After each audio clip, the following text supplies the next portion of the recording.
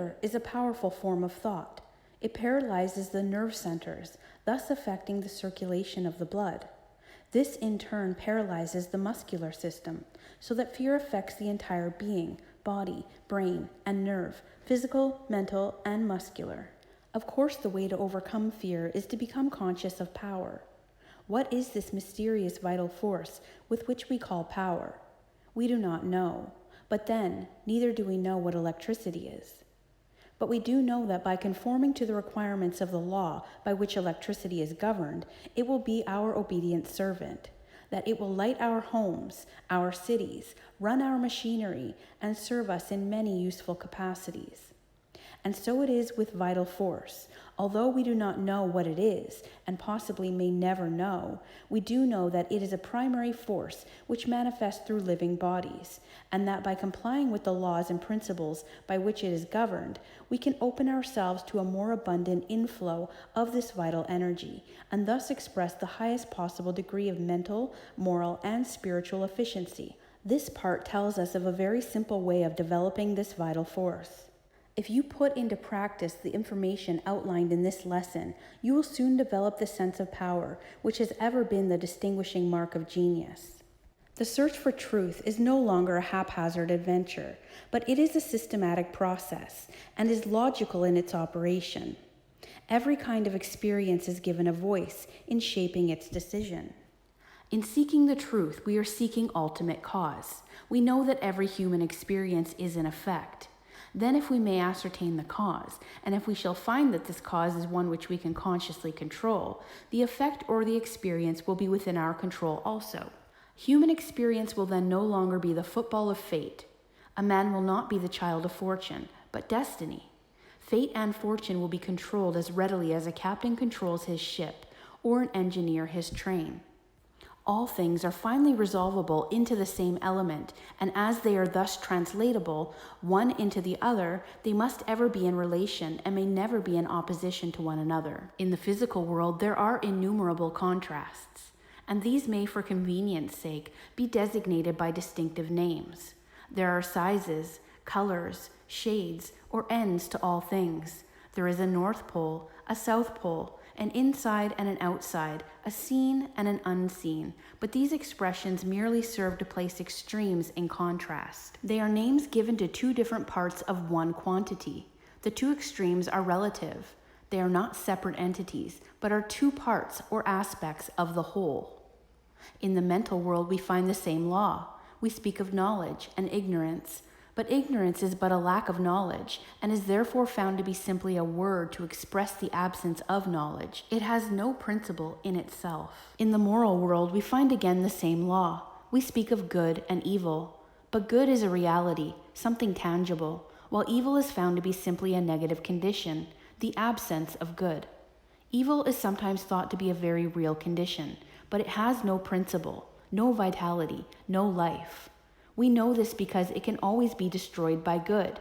Just as truth destroys error and light destroys darkness, so evil vanishes when good appears. There is therefore but one principle in the moral world. We find exactly the same law obtaining in the spiritual world. We speak of mind and matter as two separate entities, but clearer insight makes it evident that there is but one operative principle, and that is mind. Mind is the real and the eternal. Matter is forever changing. We know that in the eons of time, 100 years is but as a day. If we stand in any large city and let the eyes rest on the innumerable large and magnificent buildings, the vast array of conveniences of modern civilization, we may remember that not one of them was there just over a century ago. And if we could stand on the same spot in 100 years from now, in all probability, we should find that but few of them remained. In the animal kingdom, we find the same law of change. The millions and millions of animals come and go, a few years constituting their span of life. In the plant world, the change is still more rapid. Many plants and nearly all grasses come and go in a single year. When we pass to the inorganic, we expect to find something more substantial. But as we gaze on the apparently solid continent, we are told that it arose from the ocean. We see the giant mountain and are told that that place, where it now stands, was once a lake, And as we stand in awe before the great cliffs of the Yosemite Valley, we can easily trace the path of the glaciers which carried all before them. We are in the presence of continual change, and we know that this change is but the evolution of the universal mind, the grand process whereby all things are continually being created anew. And we come to know that this matter is but a form which mind takes and is therefore simply a condition. Matter has no principle. Mind is the only principle. We have then come to know that mind is the only principle which is operative in the physical, mental, moral, and spiritual world. We also know that this mind is static, mind at rest. We also know that the ability of the individual to think is his ability to act upon the universal mind and convert it into dynamic mind or mind in motion. In order to do this, fuel must be applied in the form of food, for man cannot think without eating. And so we find that even a spiritual activity such as thinking cannot be converted into sources of pleasure and profit except by making use of material means. It requires energy of some kind to collect electricity and convert it into a dynamic power. It requires the rays of the sun to give the necessary energy to sustain plant life. So it also requires energy in the form of food to enable the individual to think and thereby act upon the universal mind. You may know that thought constantly, eternally, is taking form, is forever seeking expression, or you may not. But the fact remains that if your thought is powerful, constructive, and positive, this will be plainly evident in the state of your health, your business, and your environment.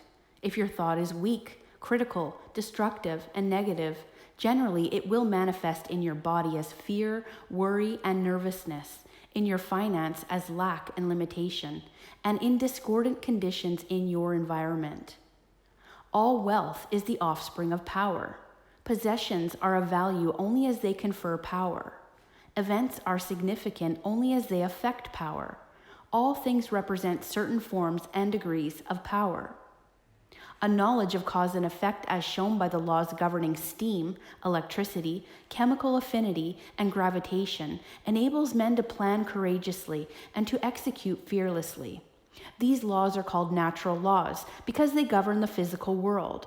But all power is not physical power. There is also mental power, and there is moral and spiritual power. What are our schools, our universities, but mental powerhouses, places where mental power is being developed?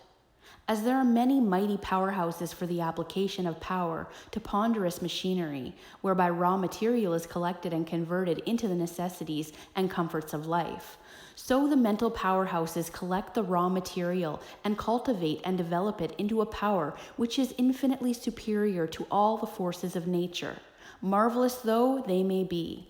What is this raw material which is being collected in these thousands of mental powerhouses all over the world and developed into a power which is evidently controlling every other power? In its static form, it is mind. In its dynamic form, it is thought. This power is superior power because it exists on a higher plane, because it has enabled man to discover the law by which these wonderful forces of nature could be harnessed and made to do the work of hundreds and thousands of men. It has enabled man to discover laws whereby time and space have been annihilated and the law of gravitation overcome. Thought is the vital force or energy which is being developed and which has produced such startling results in the last half-century as to bring about a world which would absolutely be inconceivable to a man existing only 50 or 25 years ago. If such result had been secured by organizing these mental powerhouses in 50 years, what may not be expected in another 50 years?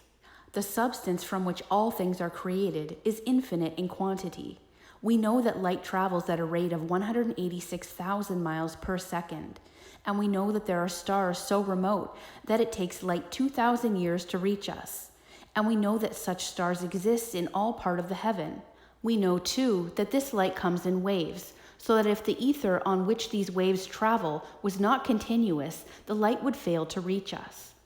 We can then only come to the conclusion that this substance, or ether, or raw material, is universally present. How then does it manifest in form? In electrical science, a battery is formed by connecting the opposite poles of zinc and copper, which cause a current to flow from one to the other and so provides energy. This same process is repeated in respect to every polarity, and as all form simply depends upon the rate of vibration and consequent relations of atoms to each other, if we wish to change the form of manifestation, we must change the polarity. This is the principle of causation. For your exercise this video, concentrate. And when I use the word concentrate, I mean all that the word implies. Become so absorbed in the object of your thought that you are conscious of nothing else. And do this a few minutes every day. You take the necessary time to eat in order that the body may be nourished. Why not take the time to assimilate your mental food?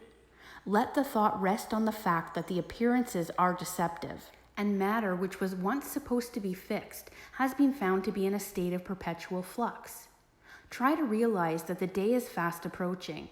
Its dawn is now at hand, when modes of thought and action must be adjusted to rapidly increasing knowledge of the operation of eternal principles. Silent thought is, after all, the mightiest agent in human affairs. Part 19. Study questions with answers. How are extremes placed in contrast? They are designed by distinctive names such as inside, outside, top and bottom, light and dark, good and bad. Are these separate entities? No, they are parts or aspects of one whole. What is one creative principle in the physical, mental, and spiritual world? The universal mind, or the eternal energy from which all things proceed. How are we related to this creative principle? By our ability to think. How does this creative principle become operative? Thought is the seed which results in action, and action results in form. Upon what does form depend? Upon the rate of vibration. How may the rate of vibration be changed? By mental action. Upon what does mental action depend? Upon polarity, action and reaction between the individual and the universal. Does the creative energy originate in the individual or the universal? In the universal, but the universal can manifest only through the individual. Why is the individual necessary? Because the universal is static and requires energy to start it in motion. This is furnished by food, which is converted into energy, which in turn enables the individual to think. When the individual stops eating, he stops thinking. Then he no longer acts upon the universal. There is consequently no longer any action or reaction. The universal is then only pure mind, in static form, mind at rest. So what do you think? Let me know in the comments if you agree or feel differently. And thanks for watching.